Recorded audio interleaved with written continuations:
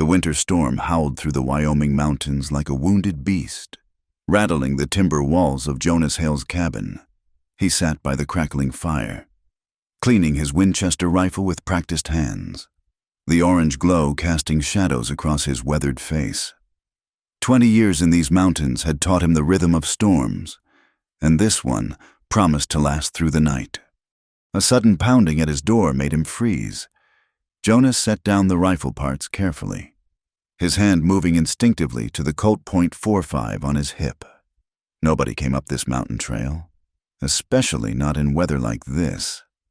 He'd chosen this spot precisely because the path was near impossible to find unless you knew exactly where to look. The pounding came again, weaker this time. "Please, please help me." A woman's voice. Jonas frowned, moving cautiously toward the door. Could be a trap he'd heard of bandits using women as bait. But something in that voice, desperate and exhausted, made him ease back the heavy wooden bar. The wind nearly tore the door from his hands as he opened it.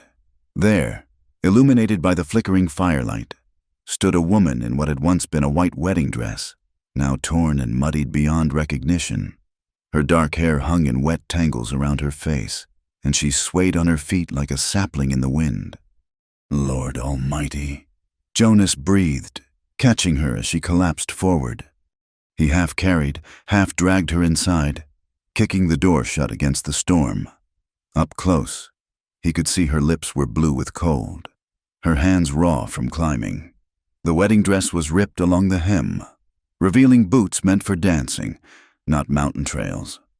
Jonas laid her by the fire, grabbing a thick buffalo hide from his bed. As he wrapped it around her shaking form, she opened her eyes green as spring grass, striking even in her exhausted state. "Do you recognize me, mountain man?" she whispered, managing a weak smile. "I was your childhood neighbor." Jonas stared, his mind racing back through years of self-imposed solitude. Those eyes, something familiar flickered in his memory like a candle in the wind. "My name is Evelyn," she continued, teeth chattering. "Evelyn Carter? We lived in Cedar Valley. Your family's farm was next to ours." The name hit him like a physical blow. Little Evie Carter, who used to follow him and his brother through the woods, collecting arrowheads and climbing trees despite her mother's scolding. But that was near 20 years past, before the war, before everything. "Evie," his voice came out rougher than intended. "That skinny little girl who fell in Miller's Creek." A ghost of a laugh escaped her. "You pulled me out, carried me home on your back, both of us soaking wet. Ma gave us such a hiding." Jonas remembered now the way she'd clung to him, fearless even after nearly drowning, chattering about finding a lucky stone at the creek bottom.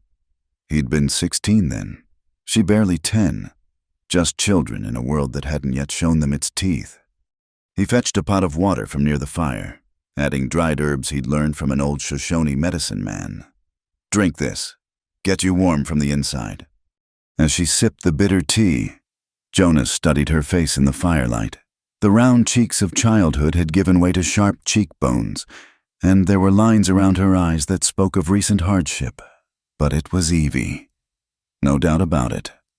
"What in God's name are you doing up here?" he asked finally. And in a wedding dress, no less. Her face darkened. She pulled the buffalo hide tighter around herself. "I had no choice. I remembered Ma saying your family moved to Wyoming after your brother died in the war. I prayed you might still be here, somewhere in these mountains." "That doesn't explain." "I ran." The words came out flat, hard. "From my own wedding, from a man who—" She trailed off, staring into the fire.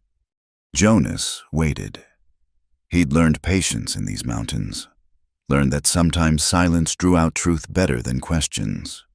"His name is Caleb Blackthorne," she finally continued. "Owns half of Cedar Valley now. When Papa died last year, we discovered debts we never knew existed." Blackthorne held the notes. "He offered to forgive them all if I—" She gestured at the ruined dress. "Forced marriage," Jonas said quietly. It wasn't uncommon in the territories, where law was whatever the richest man said it was. I thought I could go through with it, to save the farm, but standing there in the church, seeing his face, she shuddered. I couldn't, so I ran, stole a horse from the stable, rode hard as I could. The horse gave out at the mountain base. I've been climbing for 2 days. Jonas stood abruptly, moving to the window. Through the swirling snow, he saw nothing but darkness. Still, unease prickled at his neck. If Blackthorn was as powerful as she said, he'd have men searching. You left quite a trail, he said. Wedding dress in the snow might as well be a banner. I know. Her voice was small. I'm sorry. I shouldn't have come here. Brought trouble to your door. I remembered how kind you were. How you and Samuel always protected me from the Bradshaw boys when they got rough. I thought maybe... She didn't finish, but Jonas understood. She'd thought maybe that protective boy still existed somewhere in the man he'd become. Truth was, Jonas wasn't sure himself. 20 years of living alone, avoiding towns and people, trying to forget the things he'd done in the war. It changed a man. He turned back to study her. Despite everything, there was steel in her spine. Not many could climb these mountains in a storm, especially not in dancing boots and a dress. The little girl who'd fearlessly jumped into creeks had grown into a woman who'd risk death rather than submit to a cruel fate. You can stay tonight, he said finally. Storm should break by morning, then we'll figure what to do. Relief washed over her face. Thank you, Jonas. I know I have no right to ask. You're not asking. I'm offering. He moved to a wooden chest in the corner, pulling out clothes. These were someone's, should fit well enough. Better than that dress. Anyway, he set them near her wool trousers. A flannel shirt, thick socks, men's clothes, but clean and warm. Evelyn didn't ask who they'd belonged to, and Jonas didn't offer. Some ghosts were better left undisturbed. There's a curtain you can pull, he said, gesturing to a rope that would unfurl a canvas partition. Get changed, get warm. I'll heat some stew.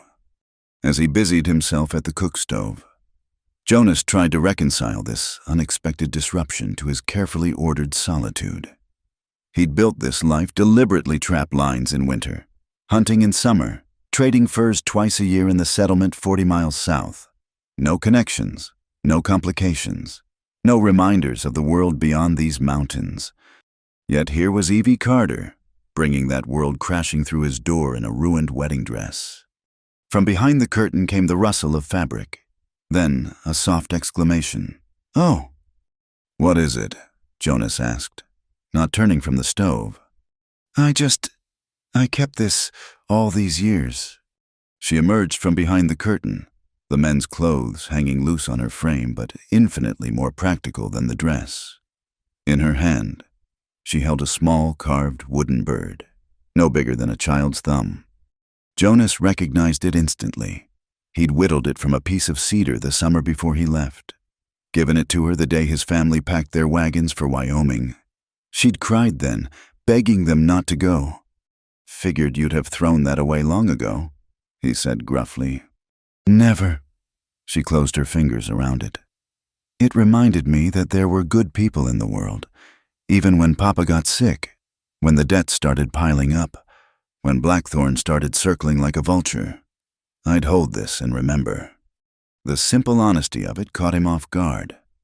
Jonas turned back to the stove, unsettled by the unfamiliar tightness in his chest.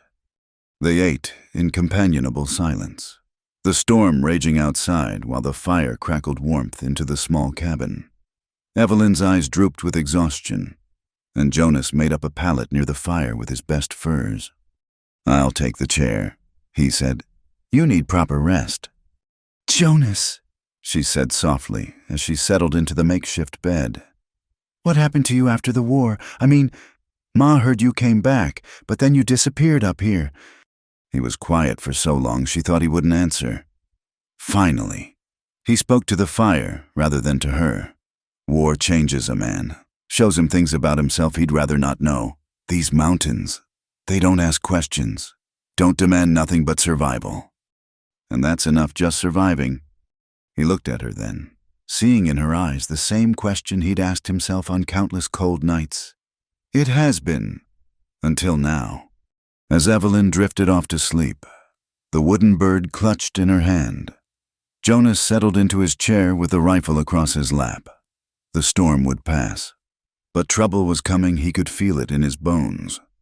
Come morning, they'd need a plan, but for tonight, he'd watch over little Evie Carter, just like he had all those years ago. Jonas woke before dawn, as was his habit. The storm had blown itself out during the night, leaving the world outside wrapped in pristine white silence. He stoked the fire carefully, trying not to wake Evelyn, but she stirred anyway, those green eyes blinking open with a moment's confusion before memory returned. "Morning," he said quietly, handing her a cup of hot coffee, real coffee, not the chicory substitute most folks made do with.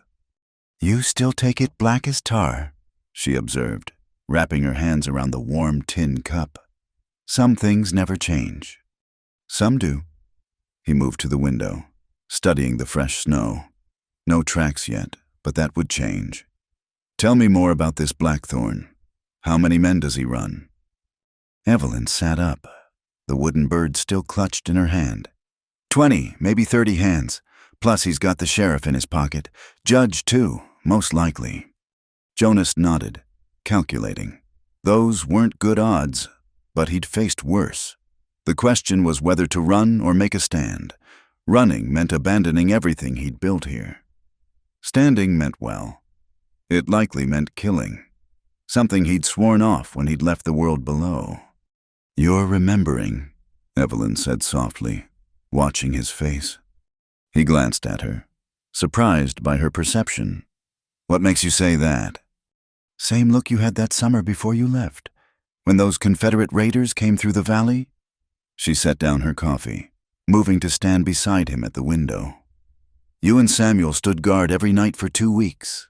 I used to sneak out and bring you cornbread." The memory hit him unexpectedly. Little Evie in her nightdress and boots, creeping through the darkness with a bundle wrapped in cloth, so proud to be helping. Samuel had laughed, ruffled her hair, called her their littlest soldier. "Samuel died at Antietam," Jonas said, the words coming out flat.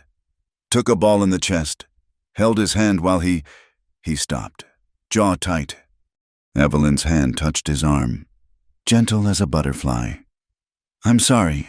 We heard, but I'm sorry." Jonas moved away from her touch, uncomfortable with the sympathy.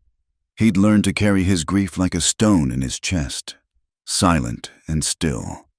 Having someone acknowledge it felt like probing a wound. "After that, I wasn't much good for farming," he continued, needing to fill the silence. "Came out here, learned trapping from an old mountain man named Josiah Briggs. He died 3 winters back. Been alone since." "Show me," Evelyn said suddenly. "What?" "Your life here. Show me how you live." She gestured around the sparse cabin. "I ran to you without thinking. Brought danger to your door. The least I can do is understand what I'm asking you to risk." It was a strange request, but Jonas found himself nodding. He needed to check his trap lines anyway. Storm or no storm. "Can you ride?" "Better than I can walk in these boots," she said with a wry smile. Jonas fetched winter gear from his storage, a thick coat that had belonged to Josiah, fur-lined gloves, a wool hat that would cover her distinctive dark hair. While she dressed, he saddled his horse, a sturdy mountain mustang he'd caught and broken himself. They rode double, Evelyn's arms around his waist, following trails only Jonas could see beneath the fresh snow. The world was crystalline in the morning light, pines heavy with white, the sky so blue it hurt to look at. "Beautiful," Evelyn breathed, her breath warm against his neck. "Wait," Jonas said, guiding the horse around a massive boulder. The vista that opened before them stole even Evelyn's words. The valley spread out below like a painting, a winding river glinting silver through white fields, mountains rising purple and majestic in the distance, and not a single sign of human habitation as far as the eye could see. "This is why," Jonas said simply. "No fences, no property lines, no one telling you what you can or can't do. Just you and the land and what you can make of it." He felt her nod against his back, understanding without words. They checked his trap lines, Jonas showing her how to read animal signs in the snow, how to reset the traps without leaving human scent. At one trap, they found a fox, its red fur brilliant against the white. "Shame," Evelyn said softly as Jonas efficiently processed the animal. "Such a pretty thing." "Pretty don't fill your belly come winter," Jonas replied, but he was gentle with the pelt, respectful. "Everything out here has its purpose. Fox feeds me. I feed the ravens. Ravens clean the bones. Circle keeps turning." As they worked, Evelyn talked, filling the mountain silence with memories Jonas had half forgotten. The summer picnics by Cedar Creek, the harvest dances where Samuel had courted Mary Brennan, the time Jonas had taught her to shoot his father's old squirrel rifle. To her mother's horror. "You were patient," she said, smiling at the memory. "Even when I couldn't hit the broadside of a barn. You were determined." Jonas corrected. "Kept at it till you could knock a can off a fence post at 30 yards. Is that rifle still around?" Jonas glanced back at her, something warming in his chest. "Why, you planning on shooting your way out of this mess?" "Maybe." There was steel in her voice again. "I'm not the same scared girl who used to hide behind you and Samuel." Back at the cabin, Jonas set about preparing the fox pelt while Evelyn explored his small domain. She examined everything with curious fingers, his collection of books, mostly practical guides, but a few novels. His tools hung precisely on the wall, the herbs and preserves that would see him through winter. "You've built something here," she said, running her hand along a chair he'd carved himself. "A real life." "Its existence," Jonas corrected. "Life is what happens down there, in the valleys. This is just safe," Evelyn finished. "I understand." She moved to the small shelf where he kept his personal items, precious few of them. There was a daguerreotype in a tarnished frame, and she picked it up carefully. "Your family," she said softly. It showed a younger Jonas standing stiff and formal beside Samuel, their parents seated in front. "Last picture before the war," Jonas confirmed, not looking up from his work. Evelyn set it back reverently, then paused. Beside it sat another small wooden carving, a horse, more detailed and skilled than the bird he'd made her as a boy. "You still whittle," she observed. "Passes the time." He was uncomfortable with her scrutiny, the way she seemed to be piecing together the man he'd become from these small clues. "Jonas!" She turned to face him fully.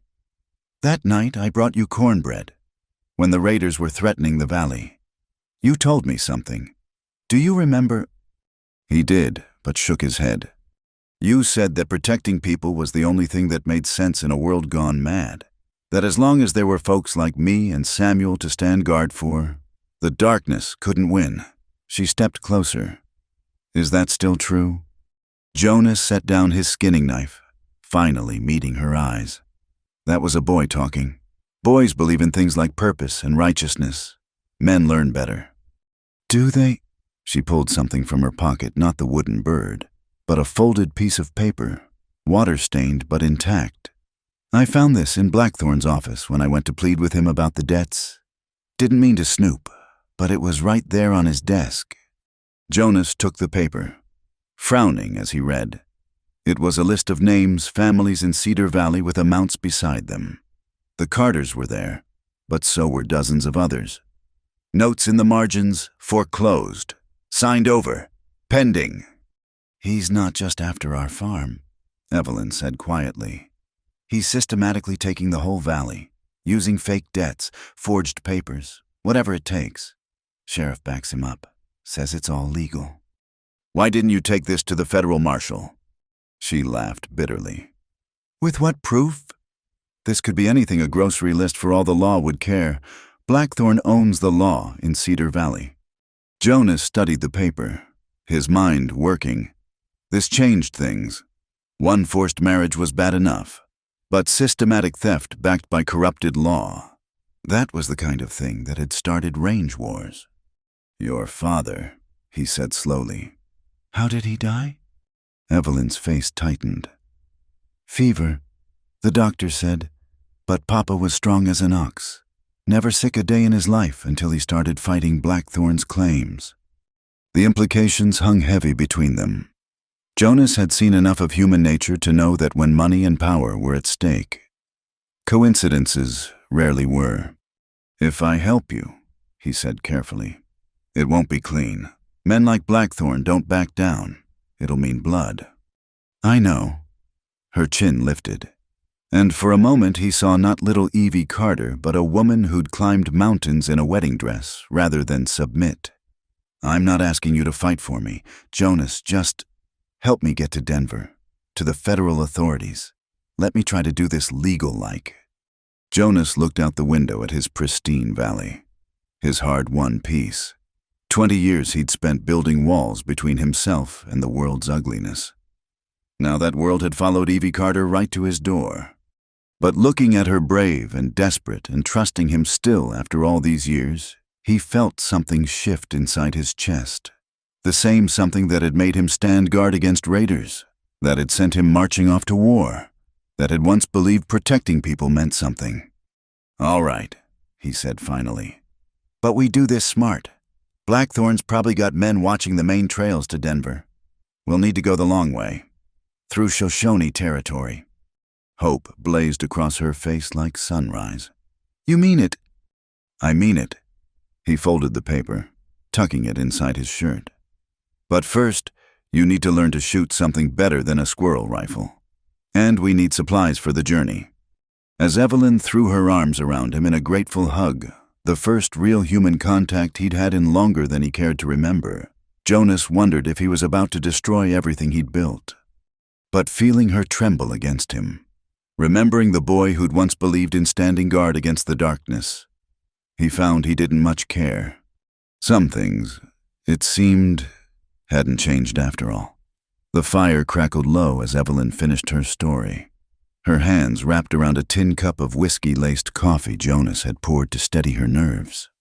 Outside, wind whistled through the pines, but inside the cabin felt close, almost stifling with the weight of her revelations.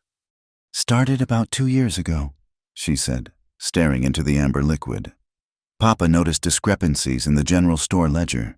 Small things at first, charges for goods we never bought. Interest rates that didn't match what was agreed. When he questioned Mr. Garrett at the store, Garrett just shrugged, said it was Blackthorn's new system. Jonas leaned back in his chair, cataloging details. Blackthorn owns the general store. Owns everything now. The store, the bank, the mill. Even bought Doc Morrison's practice after the doc's son got caught stealing morphine. She gave a bitter laugh.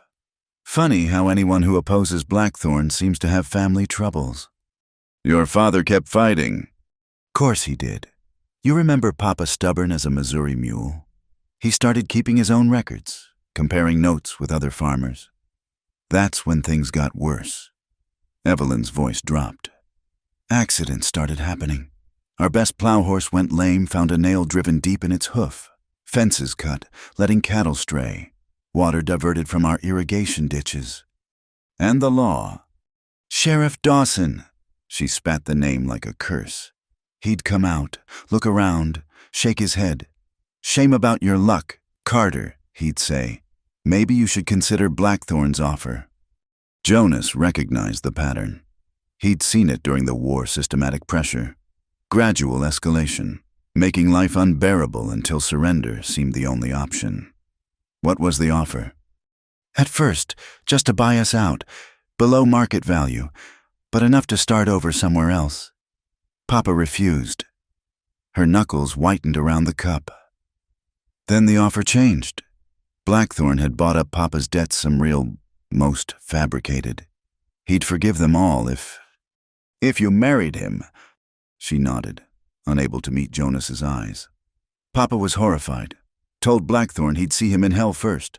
2 weeks later, Papa took sick. The fever came on fast. Too fast. Doc Morrison tried everything, but...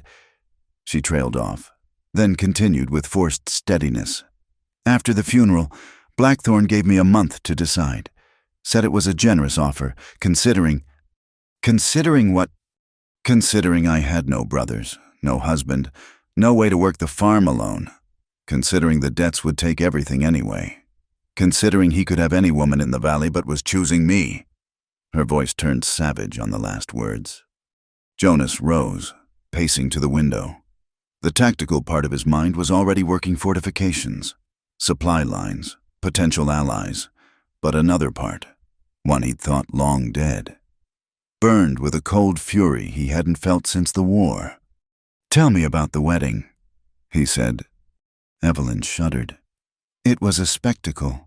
Blackthorn wanted the whole valley to see his triumph. Brought in a dress from Denver, hired musicians from Cheyenne, made sure every family that owed him money attended. She touched her throat. My mother's pearls. He insisted I wear them. Said they'd look nice with the dress. I realized later he'd probably taken them as collateral on some invented debt. But you ran. Not at first. Shame colored her voice. I made it all the way to the church, told myself I was saving the farm, honoring Papa's memory, but standing there, seeing Blackthorn smile. He looked at me like I was another plot of land he'd acquired, property to be claimed. Jonas turned from the window. So you ran. How? A ghost of a smile touched her lips. Remember Jenny Morrison, the doc's daughter?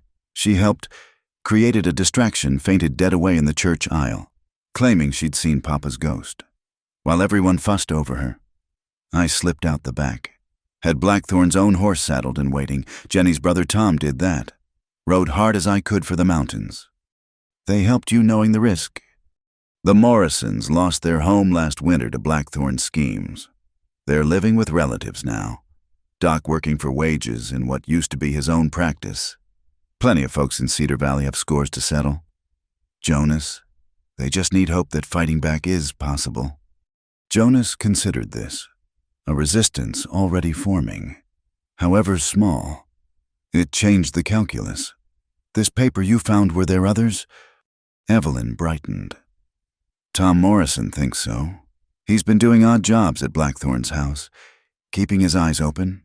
Says there's a whole drawer full of documents in Blackthorn's study.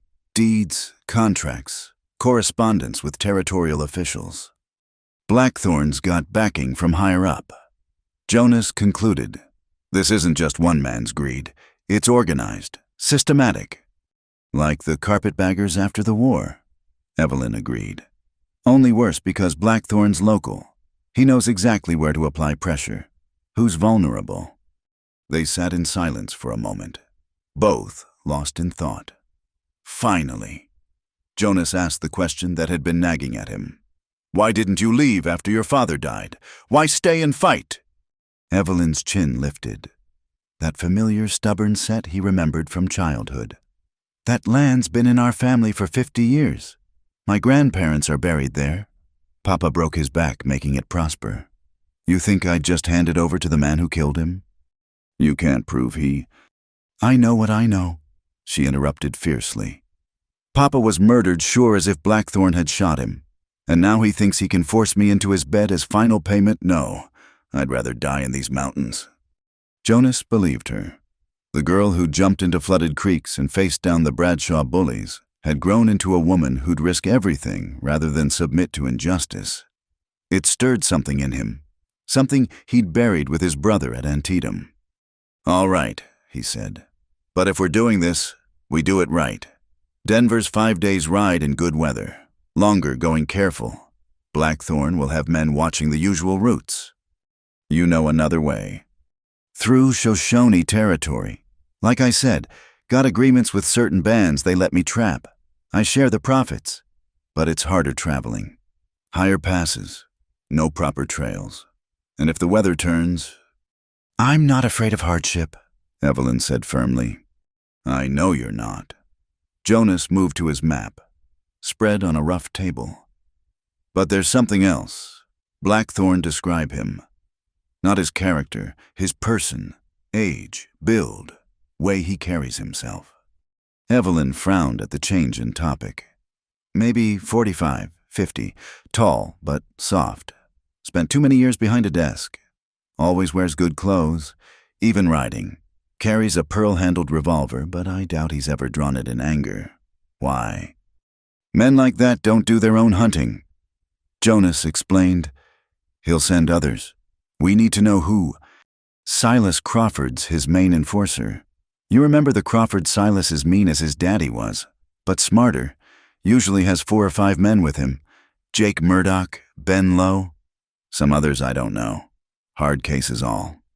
Jonas nodded, filing the names away. Crawford, he remembered the family. Bad blood going back generations. They'll come here first, once they pick up your trail. I'm sorry, Evelyn said again. I've brought trouble. Stop apologizing. His voice came out harsher than intended. You did what you had to. Now we deal with what comes. He moved to a chest in the corner, pulling out items and setting them on the bed. Ammunition, dried meat, medicine. The preparations of a man who'd learned to be ready for anything. Can you still shoot? He asked. Haven't had much practice lately. Jonas selected a rifle from his collection, not the heavy Sharps Buffalo gun or his Winchester, but a lighter Spencer carbine. This was Samuel's, he said quietly. Sent it home with his effects. Never could bring myself to sell it. Evelyn took the weapon reverently, checking the action with remembered skill. He'd want it used, defending someone. He was like that. Yes, Jonas agreed. He was. As Evelyn familiarized herself with the rifle, Jonas continued his preparations. Part of him, the part that had kept him alive through war and 20 years of wilderness, screamed that this was foolishness. He'd built a life of solitude for good reason, getting involved in valley politics, making enemies of powerful men. It went against every survival instinct he'd developed. But watching Evelyn work the rifle's lever action, her face set in concentration, he remembered other things. Samuel's laugh, his father's steady presence, the way his mother sang while cooking, the feeling of being part of something larger than mere survival. Jonas, Evelyn said suddenly. That night with the raiders, you stood guard for 2 weeks straight. Why they weren't after your family specifically? He was quiet so long she thought he wouldn't answer. Finally, because someone had to. Because letting bad men do as they please isn't living, it's just existing while the world burns around you. And now, he met her eyes. Now I'm older, tired, got more blood on my hands than I care to remember, but maybe, he stopped, then continued more firmly. Maybe some things are worth standing up for.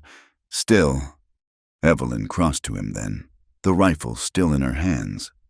I didn't come here expecting you to fight my battles. Jonas, I just needed help getting to Denver, but if you're offering more than that, I'm offering what I should have offered your father 2 years ago, when the troubles started. Jonas said, should have come down from these mountains then. Might have made a difference. You didn't know. No, but I didn't want to know either. Easier to stay up here, pretending the world below didn't exist. He took the rifle from her, checking it one final time. That ends now. As if in response to his words, a sound drifted through the night air, distant but distinct. Horses, several of them, working their way up the mountain trail. Jonas moved swiftly, dousing the lantern. In the darkness, Evelyn heard him lever around into his Winchester. They found us faster than I expected, he said calmly. Get behind the water barrel. Remember what I taught you about shooting. Breathe slow. Squeeze gentle. Jonas! They're probably just scouting, feeling out the situation. But if they come hostile. He positioned himself by the window. Then we give them something to think about. Evelyn gripped Samuel's carbine, her heart racing but her hands steady. Whatever came next, She was no longer alone, and Jonas Hale was no longer hiding from the world. The sound of horses grew closer. The horses turned out to be a false alarm, a small band of elk moving through the timber, but the scare had served its purpose. Jonas spent the rest of the night teaching Evelyn the basics of mountain survival, knowing their lives might depend on it. "Water's your first concern," he explained, showing her how to read the landscape for springs and seeps. "Cold'll kill you quick, but thirst kills you sure. Always fill your canteens when you can." Dawn came gray and bitter, with the new snow threatening. Jonas made the decision to move immediately. If Blackthorn's men were tracking, staying put only made them easier targets.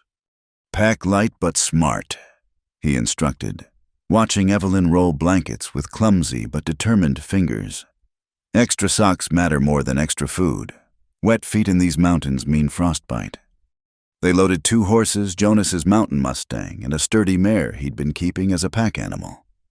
Evelyn had changed into trail clothes, wool trousers, thick shirt, a coat that smelled of wood smoke and age, with her hair tucked under a wide-brimmed hat.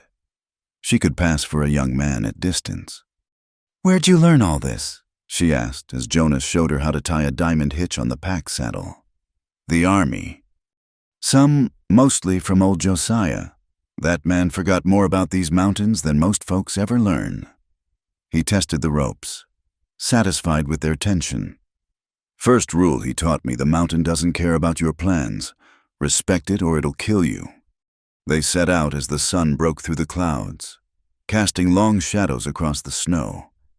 Jonas led them away from his usual trails, following game paths that wound higher into the peaks. The going was slow, the horses picking their way carefully across icy rocks. "Tell me about Josiah," Evelyn said, needing conversation to distract from the dizzying drops on either side of the narrow trail. Jonas smiled slightly. "Ornery old coot, came west in 41 with the first mountain men. Had a Shoshone wife, but she died before I met him.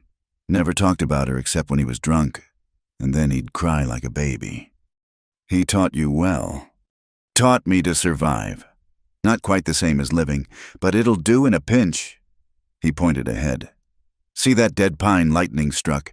Good landmark. If we get separated, make for that tree." The morning passed in steady travel, Jonas pointing out signs and signals how to read weather in cloud formations, which plants could sustain a person, where predators might lair.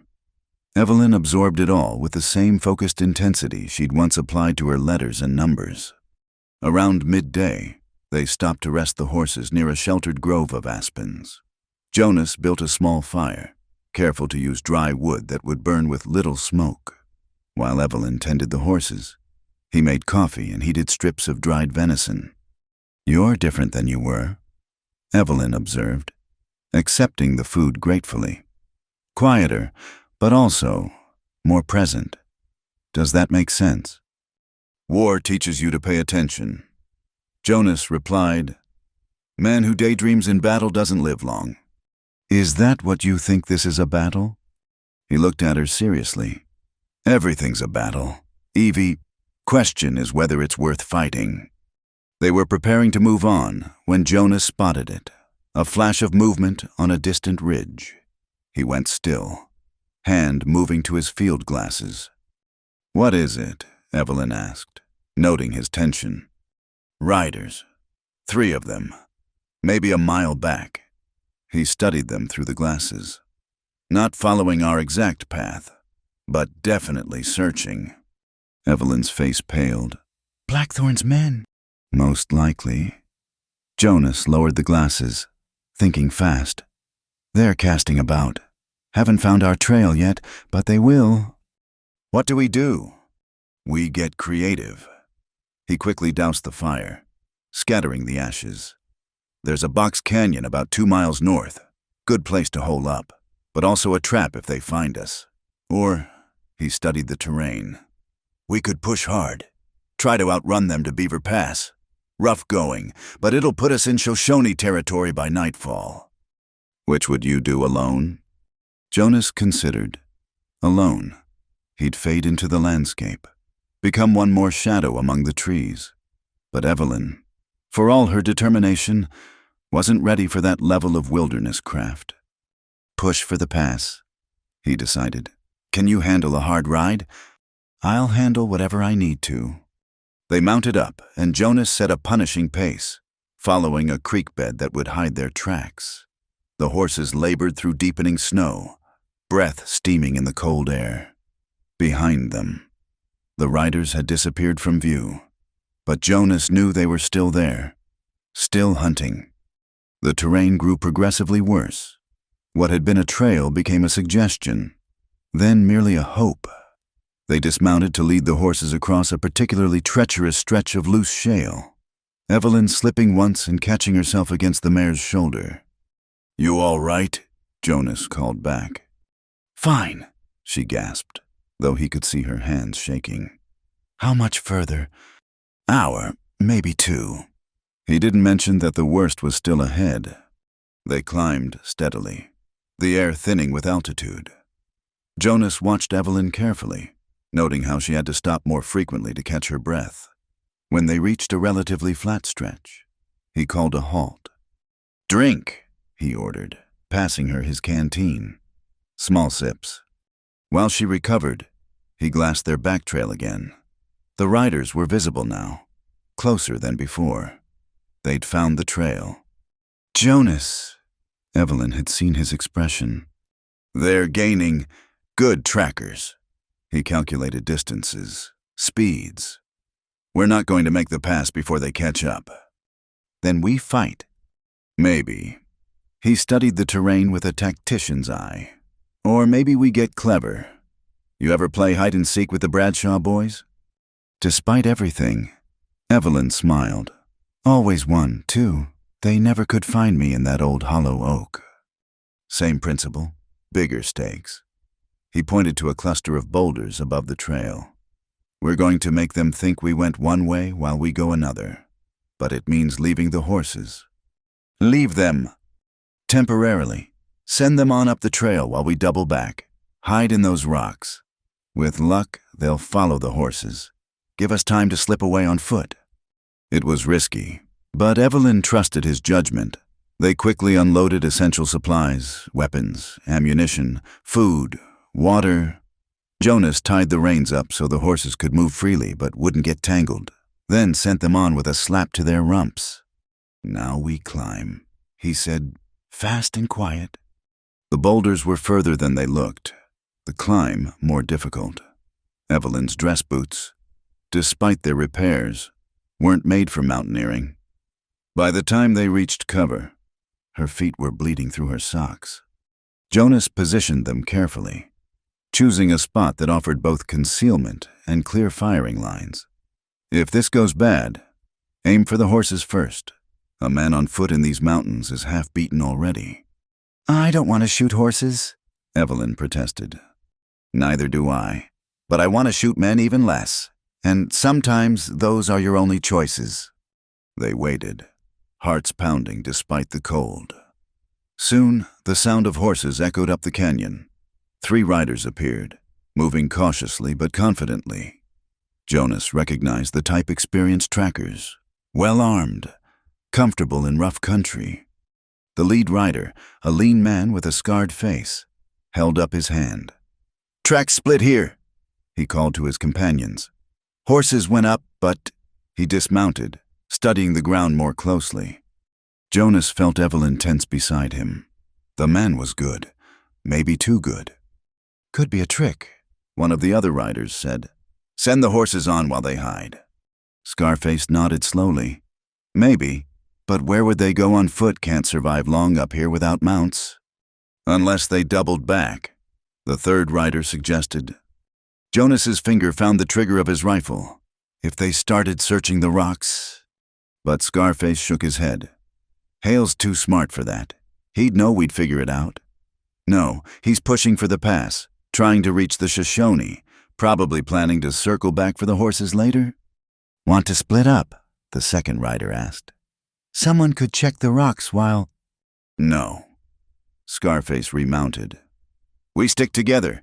Hale's dangerous when cornered, and the woman might be armed too. We follow the horses, catch them at the pass." They spurred their mounts forward, disappearing around a bend. Jonas waited a full 10 minutes before allowing Evelyn to move. "That was close," she breathed. "Closer than I'd like." He helped her to her feet, noting her wince. "Let me see those feet." "They're fine." "They're not." He was already pulling off her boots, examining the damage. "These won't do. You'll be crippled before we've gone a mile." From his pack, he produced strips of cloth and a small tin of salve. "Old Shoshone remedy. Smells like death, but it'll numb the pain." As he tended her feet with surprising gentleness, Evelyn studied his bent head. "You've done this before. Taken care of someone?" His hand stilled briefly. "Long time ago." "During the war. After—" He wrapped the cloth strips carefully. "There, not pretty, but functional." He helped her back into the boots, then began planning their next move. They couldn't retrieve the horses. Scarface would realize the deception soon enough and double back, but on foot, in winter, their options were limited. "There's an old trapper's cache about 5 miles east." Jonas said, "Josiah's emergency supply. Haven't used it in years, but it should still be good. We can resupply there, then cut south toward the stage road." "What about Denver, the federal marshal?" "Still the goal, just taking a longer route." He shouldered his pack. "Can you walk?" Evelyn stood, testing her weight. The salve had indeed numbed the worst of the pain. "I can walk." They set off through the deepening afternoon, 2 small figures against the vastness of the mountains. Jonas broke trail through the snow, Evelyn following in his footsteps. It was hard going, but she didn't complain, even when they had to traverse a steep hillside that left her clinging to roots and rocks. As the sun began to sink toward the western peaks, Jonas finally called a halt in a sheltered grove of pines. "We'll camp here. Too dangerous to travel these slopes in the dark." He quickly set about making shelter, cutting pine boughs for bedding, banking snow for windbreak. Evelyn helped as she could, learning by watching. "No fire tonight," he said. "Too visible. But these pines will keep the worst of the wind off." They huddled together under shared blankets, eating cold rations and melting snow in their mouths for water. Despite the discomfort, Evelyn felt strangely at peace. The immediate danger had passed, and there was something deeply satisfying about surviving by their own wits and will. "Thank you," she said quietly. "For helping me, for remembering who I used to be." Jonas was quiet for a long moment. "Maybe I'm remembering who I used to be too." As darkness fell and the stars emerged in brilliant clarity, they talked softly of plans and possibilities. The journey ahead would be difficult, dangerous, but for the first time in years, Jonas felt truly alive. And Evelyn, despite everything she'd lost, began to believe she might actually win. Tomorrow would bring new challenges, but tonight they had shelter, companionship, and hope. In the harsh arithmetic of mountain survival, that counted as wealth. The riders returned at dawn. Jonas heard them before he saw them, horses breathing hard, men's voices carrying on the still air. He touched Evelyn's shoulder, waking her instantly. She'd learned quickly to come alert without sound. "They figured it out," he whispered. "Stay low." Through the pine branches, they watched Scarface and his men spread out below, studying the ground with renewed intensity. The tracker had removed his hat, revealing iron-gray hair despite his relatively young face. "They definitely came this way." Scarface called to the others. "Woman's bleeding through her boots. Can't hide that." Jonas felt Evelyn stiffen beside him. He'd done his best to obscure their trail, but blood was hard to conceal in snow. "Trail leads east," one of the men reported, "toward the old mining camps." Scarface nodded. "Hale knows this country. He's got someplace to go." He pulled out a map, studying it. "What's out that way?" "Nothing much. abandoned cabins, played-out mines, hard country to search. Then we'd better get started. They mounted and rode off, following the false trail Jonas had laid during the pre-dawn hours. He waited until they were well out of sight before speaking. "Bought us maybe 3 hours," he said. "They'll realize I doubled back, but not immediately." "Where did you go?" Evelyn asked. "I woke once and you were gone." Laying false tracks. Old trackers' trick make a trail obvious enough to follow, but subtle enough to seem real. He began packing their gear. "We need to move. The cache is still 3 miles off." The morning trek was brutal. Without the horses, every supply had to be carried. Jonas bore the heavier load without complaint, but Evelyn insisted on doing her share. The salvaged wedding dress fabric served as improvised foot wrappings, but each step still sent flames of pain through her feet.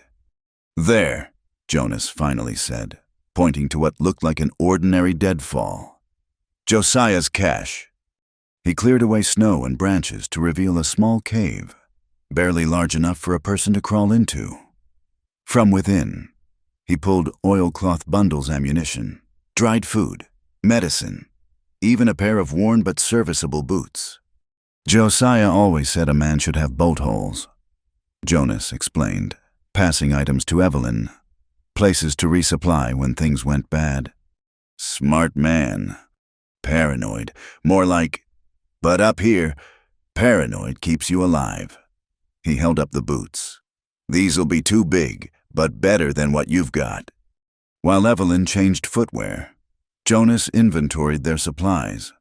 With what they'd carried and the cache contents, they could survive a week in the mountains, longer if they found game. "Jonas," Evelyn said suddenly, "what if we didn't run?" He looked up from sorting ammunition. "Come again." "All we're doing is reacting, letting them drive us. What if we went on the offensive instead? 3 armed men, experienced trackers, with the law on their side." Jonas shook his head. "Those aren't odds I like." "But they're not expecting it. They think they're hunting scared rabbits." She stood, testing the new boots. "You were a soldier. You know sometimes the best defense is attack." Jonas studied her face, seeing not the frightened woman who'd stumbled to his door, but someone harder, more determined. The mountains were already changing her. "What did you have in mind?" he asked carefully. "They'll camp tonight. Won't they have to rest their horses?" "Most likely." "So we find them first. Watch, learn, maybe—" She hesitated, then forged ahead. "Maybe find a way to even the odds." It was reckless, dangerous. Everything Jonas had learned in 20 years of survival argued against it. But there was a cold logic to her suggestion. Running meant exhaustion, eventual capture, turning hunter instead of prey. "All right," he said slowly. "But we do this my way. No killing unless forced to it. Dead men bring more trouble than live ones." Agreed. They spent the morning preparing checking weapons, organizing supplies for rapid movement, discussing tactics. Jonas drilled Evelyn on hand signals, fields of fire. What to do if things went wrong. "Fear's natural," he told her. "Use it, makes you sharp, but don't let it use you. Panic kills more folks than bullets." By afternoon, they'd picked up the tracker's trail, 3 horses moving steadily. Following Jonas's false path toward the mining district, he led Evelyn in a wide circle, using ridgelines and heavy timber to stay concealed. "There," he whispered as the sun began its descent. Below, in a sheltered valley, the 3 men were making camp. They'd chosen good sight lines, protected flanks, access to water, professional work. "Scarface knows his business," Jonas murmured. "See how he's positioned the horses quick escape if needed." They watched as the men settled in for the night. One gathered firewood while another tended the horses. Scarface himself sat on a log, cleaning his rifle with methodical precision. "Ben, quit your belly aching," Scarface said to the wood gatherer. "Job simple enough. Find them. Bring them back." "Dead or alive?" Ben asked. Woman alive for sure. Blackthorn was specific about that. Hale. Scarface shrugged. Accident-prone mountains? Man could fall, break his neck. Tragic. Evelyn's hand found Jonas's arm, gripping tight. He covered it with his own, steadying her. As darkness fell, the trackers posted a watch, one man awake while two slept, rotating every few hours. Standard procedure. But it gave Jonas an idea. Wait here. He breathed in Evelyn's ear. No matter what happens, don't move unless I signal. She nodded, though he could feel her reluctance to let him go alone. Jonas melted into the darkness, becoming one more shadow among many. 20 years of night hunting had taught him patience. Silence. He circled the camp slowly, noting positions, calculating angles. The sentry, the one called Ben, was fighting sleep. Jonas could see him nodding, jerking awake, nodding again. The fire had burned low, leaving more darkness than light, moving like smoke. Jonas approached the picket line where the horses stood. One raised its head, nostrils flaring. But Jonas made a soft sound, something Josiah had taught him, a Shoshone horse-gentling technique. The animal settled. He didn't take the horses too obvious, too noisy. Instead, he loosened cinches, adjusted hobbles to look secure while being anything but. Come morning, saddling up would take precious time. Next, the supplies. Jonas found the ammunition stores, carefully removing half the cartridges from each box. Not enough to notice immediately, but enough to matter in a fight. He was preparing to withdraw when footsteps crunched in snow. The third man, rising for his turn at watch. Jonas froze, hand on his knife. Ben, you awake? The man called softly. A grunt from Ben. Yeah, your turn, Jake. The changing of the guard. Jonas waited, motionless, as Jake settled into position and Ben crawled into his bedroll. Soon, the camp was quiet again except for snoring and the occasional pop from the dying fire. Jonas made his way back to Evelyn, finding her exactly where he'd left her, rifle ready. Done, he whispered. Come morning, they'll have problems. What kind of problems?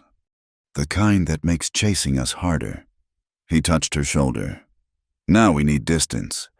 By dawn, we should be 5 miles gone. They gathered their gear and slipped away, leaving the trackers to their troubled sleep. The night was clear and bitter cold, stars providing just enough light to navigate by. Jonas led them along a high ridge, the valley falling away below. You could have killed them, Evelyn said after a while. In their sleep. Why didn't you? Jonas was quiet for several steps. Would have. Once. During the war. After. Thought the only good enemy was a dead one. He paused to help her over a fallen log. But killing changes you. Each one makes the next easier until you're not sure who you are anymore. You're a good man, Jonas Hale. He laughed, short and bitter. No, but maybe I'm trying to remember how to be one. They walked through the night, stopping only for brief rests. Jonas pushed hard, knowing that come morning, Scarface would discover the sabotage and be furious. An angry enemy made mistakes, but also became more dangerous. As dawn painted the eastern peaks pink and gold, they finally stopped at a small grove of aspens. Jonas quickly built a small shelter, this time allowing a tiny fire for warmth. Feet, he asked, and Evelyn obediently removed the boots for inspection. The damage was significant, but healing. The Shoshone salve and proper boots had made a difference. Jonas applied more salve, rewrapped the wounds. You're getting tougher, he observed.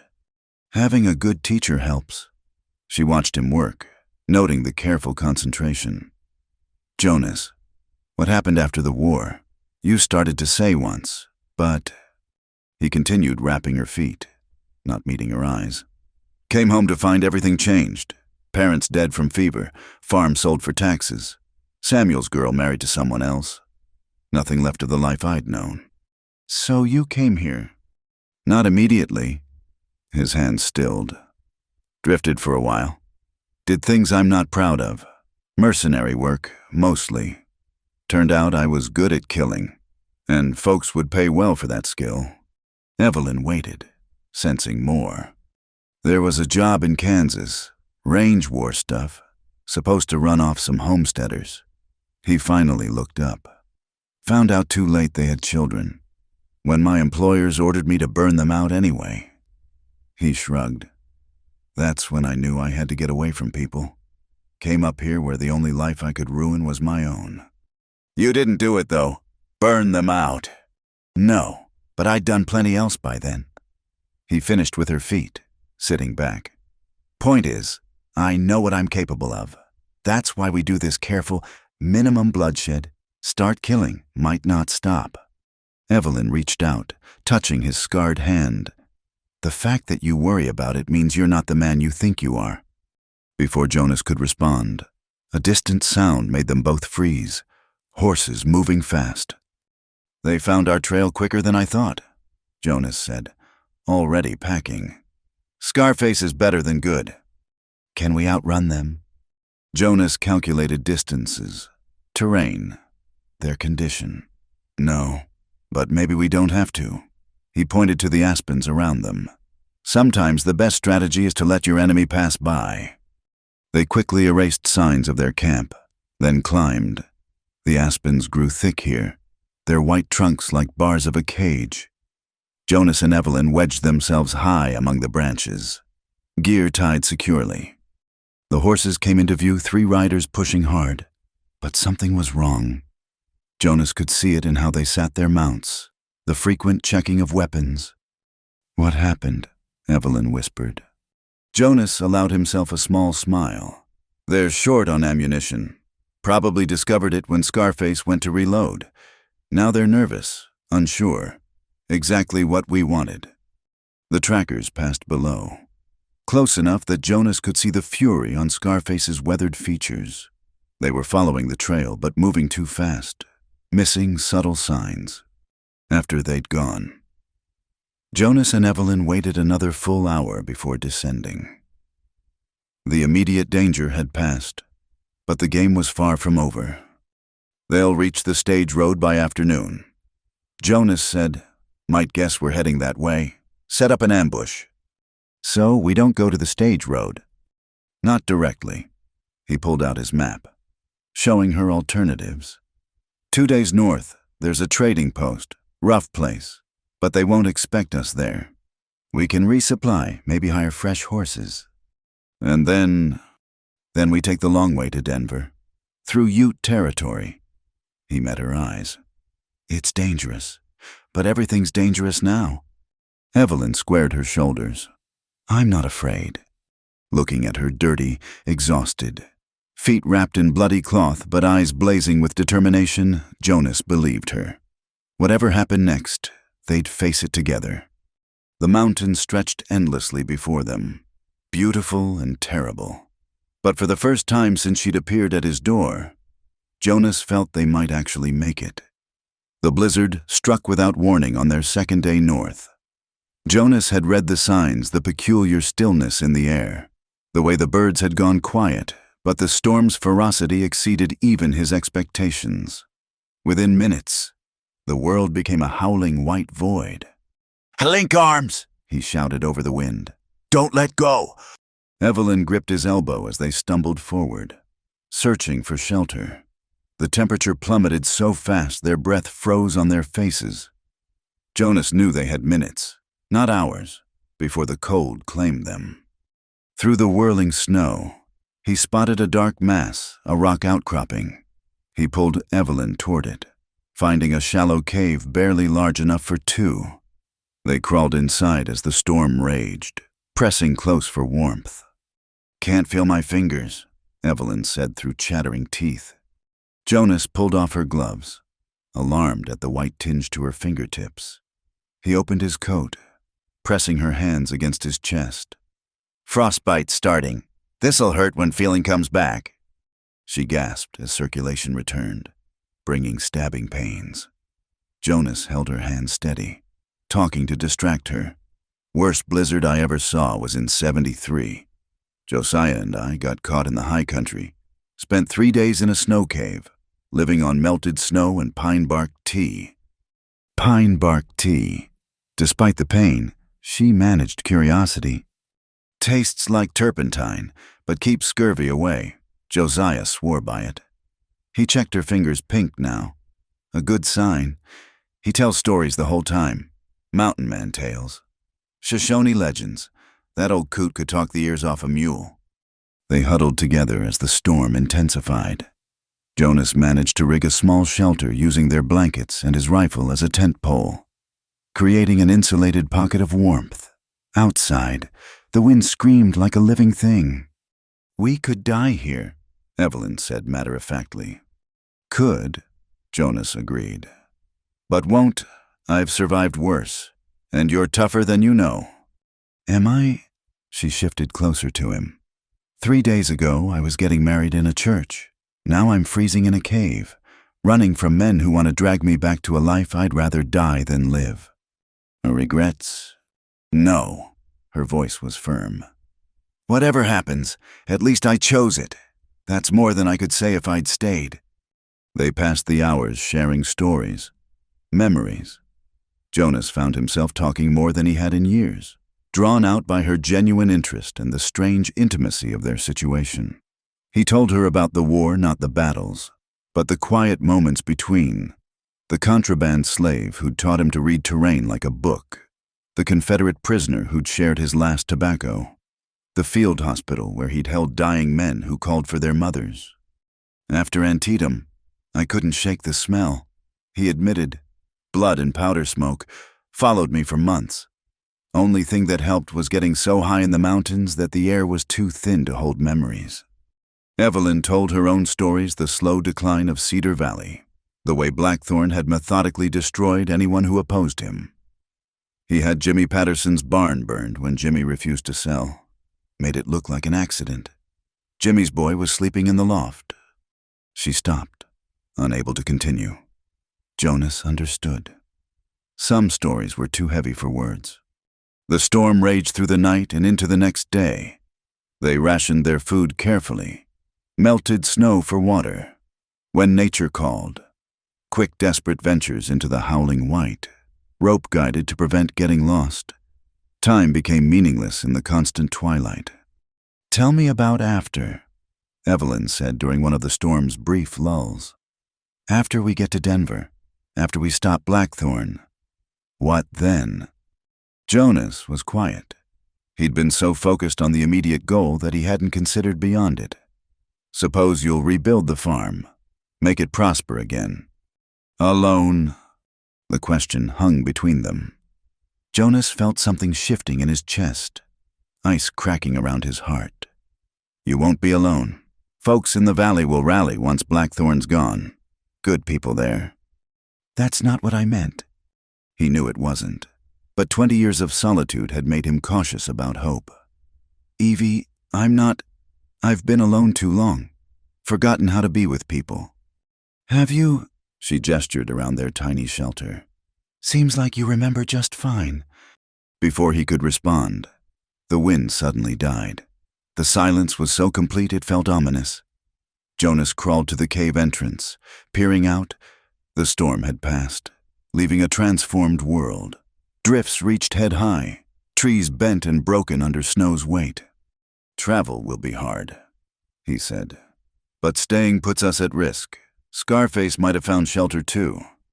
They emerged into brilliant sunshine that made the snow-covered landscape painful to look at.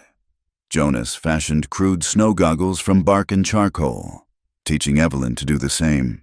They struck out north, breaking trail through the deep snow. Progress was agonizingly slow. What should have been a day's journey stretched into 2, then 3. Their food ran low. Jonas set snares when they camped, managed to catch a rabbit that provided a meager meal. "How much further?" Evelyn asked on the 4th night. "Day, maybe 2. Jonas studied her face in the firelight. The soft edges were gone, replaced by sharp angles. The mountains were carving her into something new. Same as they'd done to him, You holding up? Better than expected.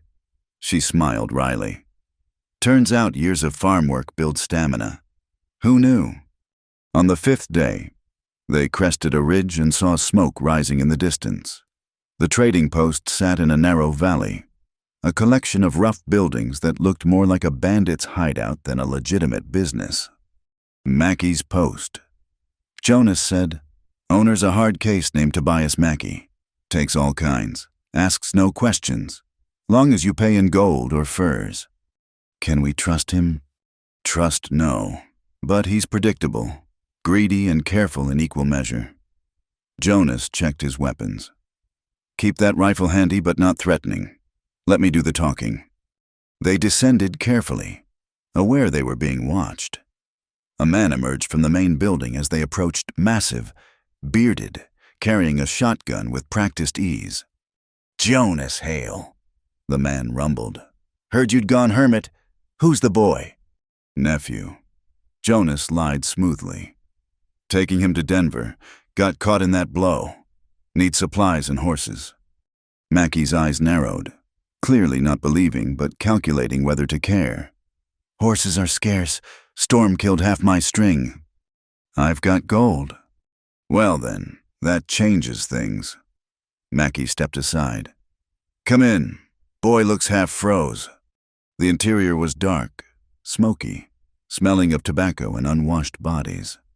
Several men sat at rough tables, the kind who lived outside law's reach. They looked up with predatory interest. "Private room," Jonas said quietly, pressing a gold piece into Mackey's palm. "And hot food." Mackey pocketed the coin. "Upstairs, second door. I'll send grub." The room was small but had a stove and 2 beds. Evelyn sank onto one with relief. "Those men—" "Won't bother us. Mackey runs a tight ship, no trouble inside his walls." Jonas barred the door anyway. "But we leave at first light." A knock brought food stew of questionable origin, but hot and filling. They ate in silence, both aware of voices through thin walls, footsteps in the hall. "Jonas," Evelyn said suddenly, "when this is over, would you ever consider coming back to the valley? I mean—" He set down his spoon. "Evie, I know you've built a life in the mountains. I'm not asking you to give that up. Just, there's land next to our farm. Good land. A man could run trap lines in winter, farm in summer. Best of both worlds. You painting a picture of a life that might not exist. Blackthorn's got the law, even with evidence. No guarantee." "I know." She met his eyes. "But I need something to hope for. Need to believe there's something beyond just surviving this." Jonas felt the walls he'd built cracking further. This woman no longer the girl he'd known, but someone forged by loss and hardship into steel was offering him something he'd thought lost forever. A place, a purpose, a chance to be more than a ghost in the mountains. "Ask me again when this is done," he said finally. "When Blackthorn's dealt with and you're safe, ask me then." "I will," she promised. That night, Jonas took first watch while Evelyn slept. Through the frosted window, he could see the moon on snow, the dark shapes of mountains beyond. His mountains, where he'd hidden from the world and himself. But listening to Evelyn's peaceful breathing, feeling the warmth of another human presence, he wondered if hiding was just another form of dying. Maybe it was time to try living again. A sound in the hallway made him tense. Footsteps, trying for stealth. His hand found his Colt as the steps paused outside their door. "Hale," a familiar voice, muffled but recognizable. "Know you're in there. Just want to talk." "Scarface." Jonas moved silently to Evelyn, hand over her mouth as she woke. Her eyes went wide, but she nodded understanding. "Got a proposition," Scarface continued. "Blackthorn's paying good money, but not enough to die for. Way I figure, that storm did our job. You're probably frozen in a drift somewhere. We go back, report you dead. Everyone wins."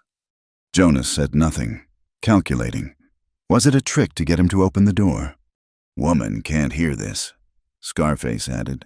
But Blackthorn, he's got plans for her that'd turn your stomach. You care about her. Get her far away. Tonight, we'll be drinking downstairs till dawn. After that, the footsteps retreated. You believe him? Evelyn whispered. Doesn't matter.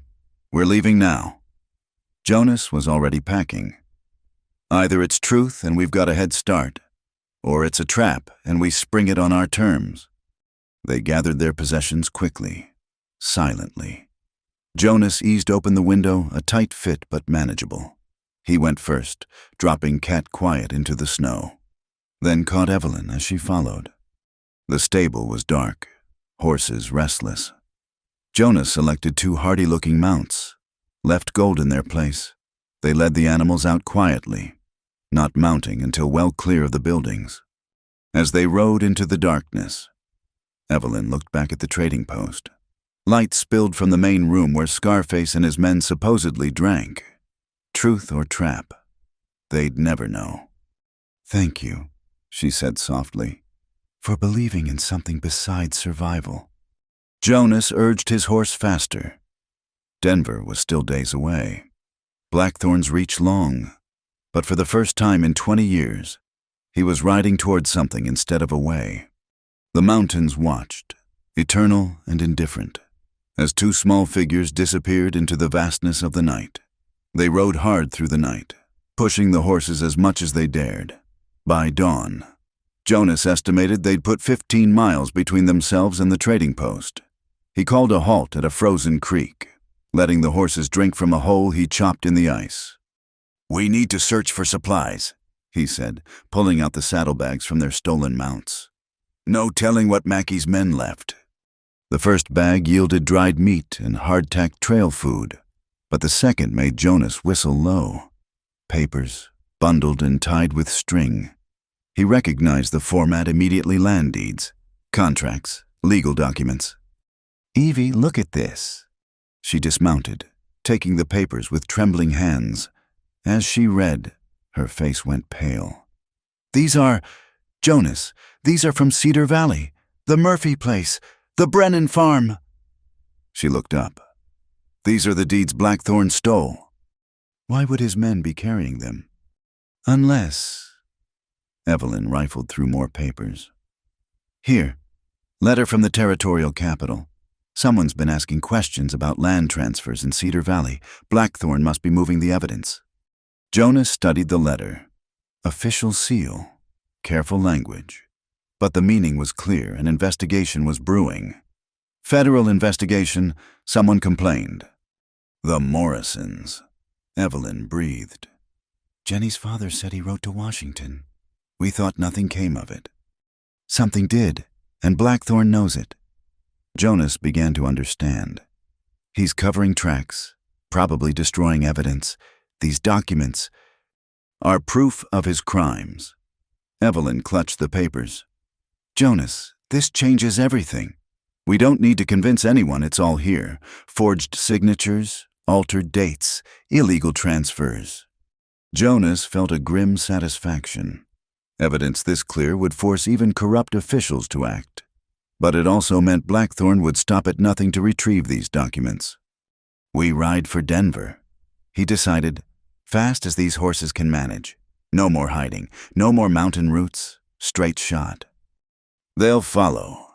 Let them. Rather face them in open country than these passes. He helped her remount. Can you handle a hard pace? I can handle whatever needs handling. They pushed on, following the creek toward lower elevations. The landscape gradually changed, less pine, more sage, the mountains giving way to rolling hills. By afternoon, they struck the main road to Denver. Other travelers appeared: freight wagons, riders, even a mail coach. Jonas felt exposed after weeks in the wilderness, but new visibility meant safety. Blackthorn's men wouldn't attack openly on a public road. They stopped at a way station as sunset approached. The proprietor, a German immigrant named Muller, provided hot food and fresh horses. You look familiar, Muller told Jonas, squinting. Been through before. Few times, trading furs. Yeah, I remember. The quiet one, Always pay fair. Muller glanced at Evelyn, dressed in men's clothes but clearly female up close. Trouble. Jonas considered, then nodded slightly. Maybe following. Muller's expression hardened. He'd run this station for 20 years, had seen all kinds of trouble. You need help. You say, I have sons, big boys, good shots. Appreciated, but our trouble's the legal kind. Best you stay clear. After supper, Jonas and Evelyn sat outside, watching the road. The evening was clear, stars beginning to show. My father loved evenings like this. Evelyn said softly. After chores, he'd sit on the porch, smoke his pipe, said the quiet helped him think. What would he think of all this? She smiled sadly. He'd be proud I fought back, worried about the danger, probably threatened to horsewhip you for letting me ride unchaperoned. He'd be right to. Jonas shifted uncomfortably. This isn't proper. You and me traveling alone. Proper, Evelyn laughed, but not unkindly. Jonas, I ran for my own wedding in a stolen dress, climbed mountains in dancing boots, and learned to shoot outlaws. I think we're past proper. Your reputation? My reputation was ruined the moment I refused Blackthorn. She turned to face him. I'm not some delicate flower needing protection from gossip. I'm a woman who chose freedom over security. Let them talk. Jonas studied her face in the starlight. Strong, determined, beautiful in a way that had nothing to do with softness. You've changed. We both have. She reached out, touched his hand. Question is, changed into what? Before Jonas could answer, the sound of approaching horses made them both tense. Multiple riders, moving fast. Jonas stood, hand on his weapon, but it was Muller who emerged from the shadows, shotgun in hand. 3 men, asking about you. I tell them nothing, but they don't believe. Where are they now? Watering horses. They look tired, angry. The one with the scar. He seems smart. Scarface. So his offer of letting them go had been a ruse after all. Jonas felt oddly disappointed. He'd half hoped the tracker had more honor. We need to leave. Jonas decided. Now. Muller nodded. I show you back way, old Indian trail, rough in darkness, but possible. While Jonas saddled fresh horses, Evelyn gathered their possessions, carefully securing the precious documents. Muller's wife appeared with food bundles, pressing them into Evelyn's hands. For the journey, she said simply. You remind me of my daughter. Same spirit. They slipped out through the back, Muller guiding them to a barely visible trail. Follow this 2 miles. You hit the main road again, but they won't see you leave. Why help us? Jonas asked. Muller spat. 20 years I run this station. I know bad men when I see these 3 bad men. He looked at Evelyn. And I know courage when I see. This one has courage. They rode the trail in darkness, trusting their horses' night vision. Behind them, they could hear shouting. Scarface had discovered their escape, but Muller would claim ignorance. And without proof, there was nothing the trackers could do. The trail was treacherous, forcing them to dismount and lead the horses through the worst sections. Evelyn stumbled once, catching herself against Jonas. For a moment they stood pressed together, her hand on his chest, his arm around her waist. Steady, he murmured, though he wasn't sure if he meant her footing or his heart. They reached the main road without incident, pushing hard through the remainder of the night. As dawn broke, the smudge of Denver appeared on the horizon. Civilization, law, safety. We're going to make it, Evelyn said, exhaustion and relief mingling in her voice. Not yet, Jonas cautioned. Last miles are often the most dangerous. His words proved prophetic. As they entered the outskirts of town, 3 riders appeared behind them, spurring hard. Scarface had found them again. The Federal Building, Jonas said urgently. Straight to the marshal's office. Don't stop for anything." They raced through Denver's awakening streets, scattering pedestrians and earning curses from Teamsters. Behind them, Scarface and his men gained ground. A shot rang out, shattering a window beside them. Civilians screamed, diving for cover.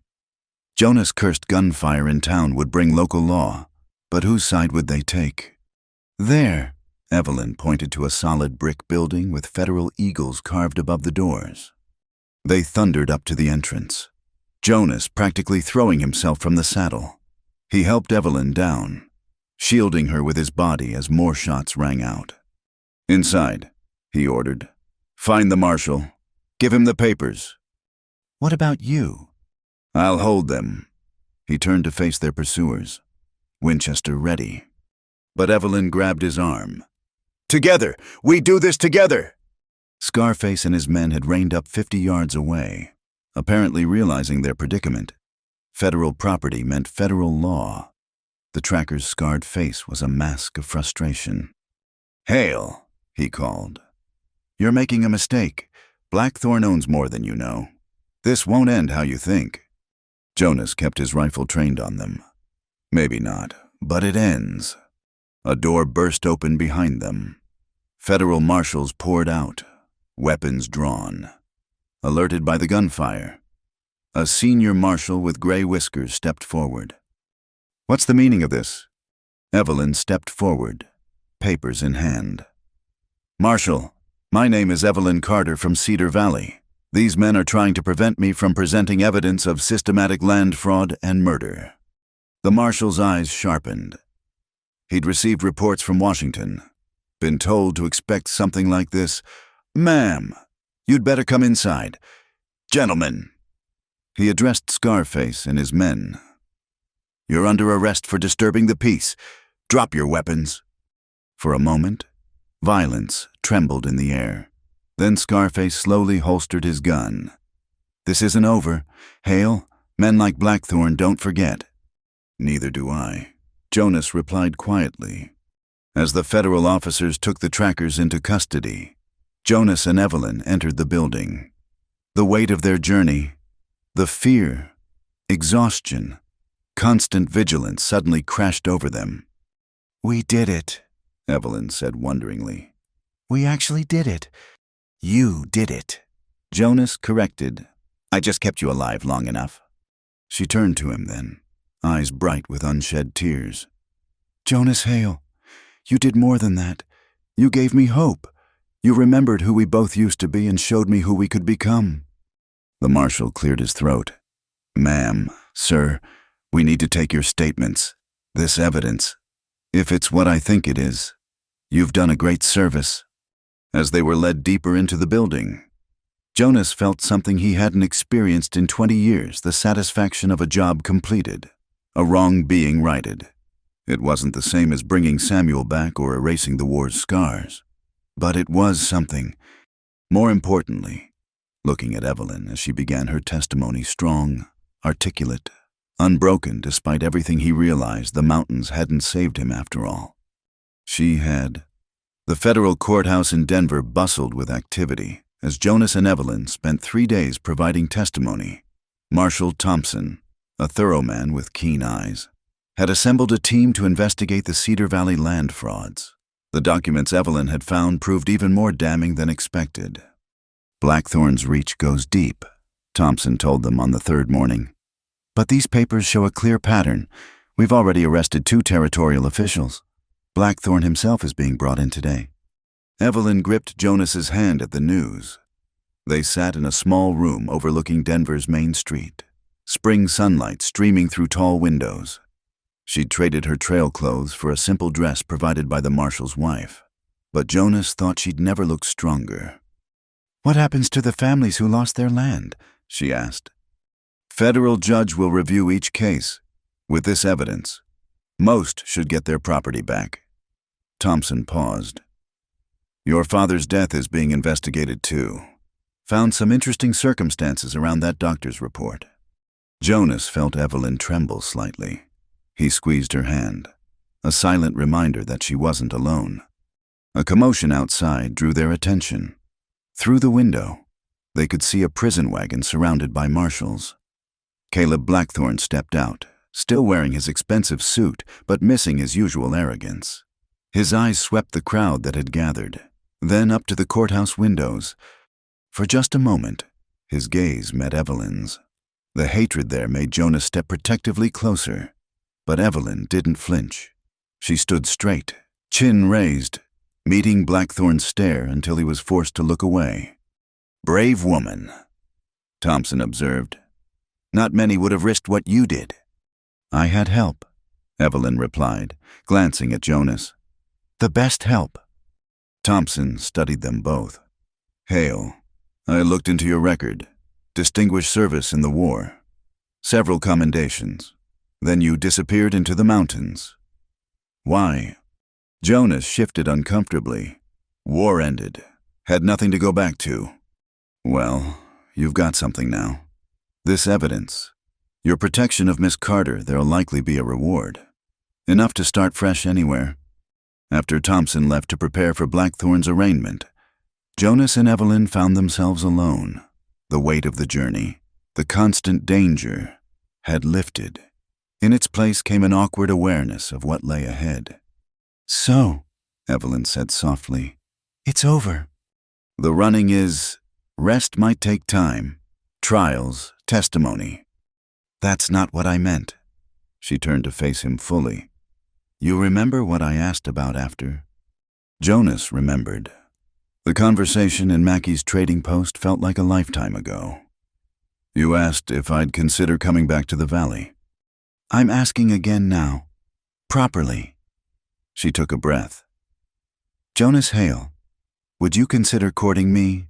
I know it's forward, and I know you've been alone a long time, but—" "Yes." She blinked. "Yes." "Spent 20 years in those mountains. Evie. Thought I was healing. But I was just hiding. From the world. From feelings. From any chance at real life." He touched her face gently. "You changed that. Made me remember there's things worth fighting for besides survival." "So you'll come back to Cedar Valley?" "Figure I could build a cabin on that land you mentioned.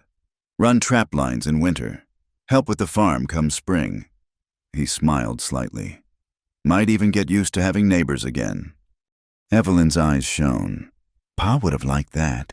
You building something instead of just—" She gestured vaguely. "Existing." Jonas finished. "Yeah, think I'd like it too." She kissed him then, right there in the federal courthouse. Propriety be damned.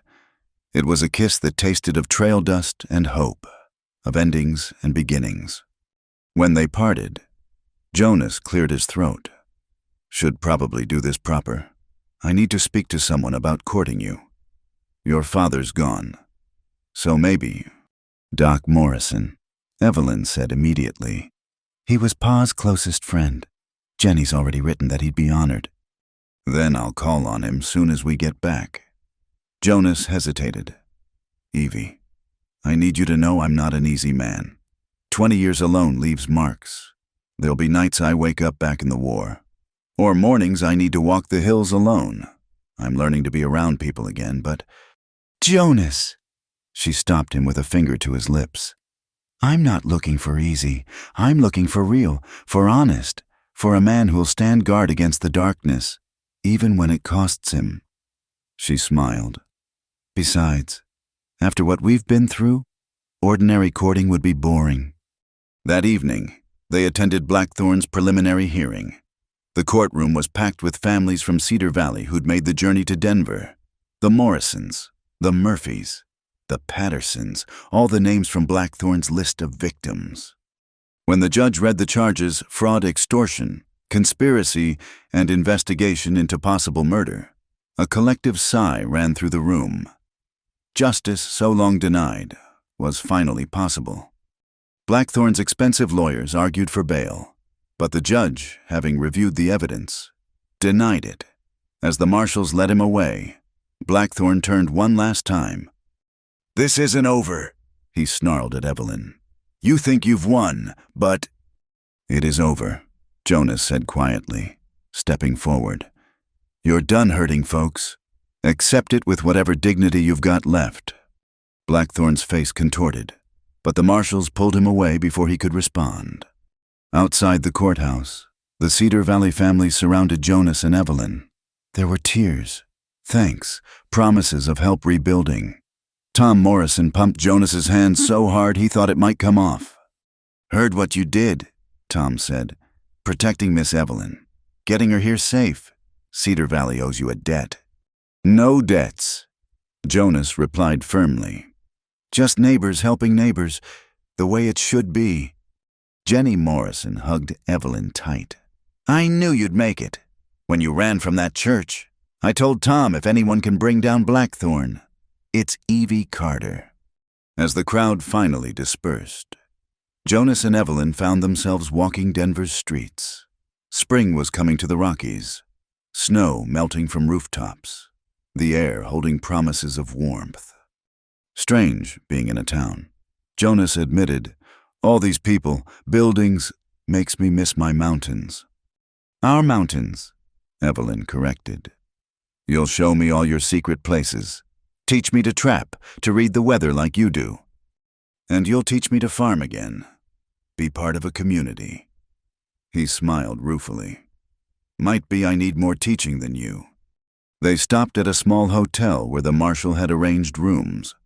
Tomorrow would bring the journey back to Cedar Valley, back to rebuilding and new beginnings. But tonight was theirs. "Jonas," Evelyn said as they stood at her door.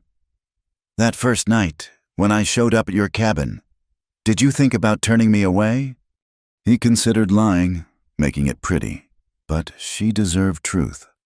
"For about a heartbeat. Then you said you were my childhood neighbor. And suddenly, I wasn't looking at a stranger bringing trouble. I was looking at little Evie Carter, who deserved better than the world had given her. And now I'm looking at the woman who climbed mountains in a wedding dress rather than surrender, who faced down men with guns and never flinched, who reminded me that some battles are worth fighting." He touched her cheek. "I'm looking at my future, if you'll have me." "I'll have you, Jonas Hale, scars and silences and all." The next morning brought news that spread through Denver like wildfire. 6 more arrests in the territorial government, a federal investigation into land frauds throughout the region. The evidence Jonas and Evelyn had brought had lit a fuse that was burning through corruption at the highest levels. "You two started something," Marshal Thompson told them as they prepared to leave. "Folks are coming forward all over the territory. Seems Blackthorn wasn't the only one playing these games." Jonas felt a grim satisfaction. Maybe they couldn't fix all the world's wrongs, but they'd made a start. The journey back to Cedar Valley took 4 days. They traveled openly now, no need for mountain paths or midnight flights. Other travelers recognized them. Word had spread fast. At every way station, people wanted to shake their hands, hear the story. When they finally crested the hill overlooking Cedar Valley, Evelyn reined in her horse. The valley spread before them, green with spring growth, smoke rising peacefully from farmhouse chimneys. "Home," she breathed. "New beginning," Jonas added.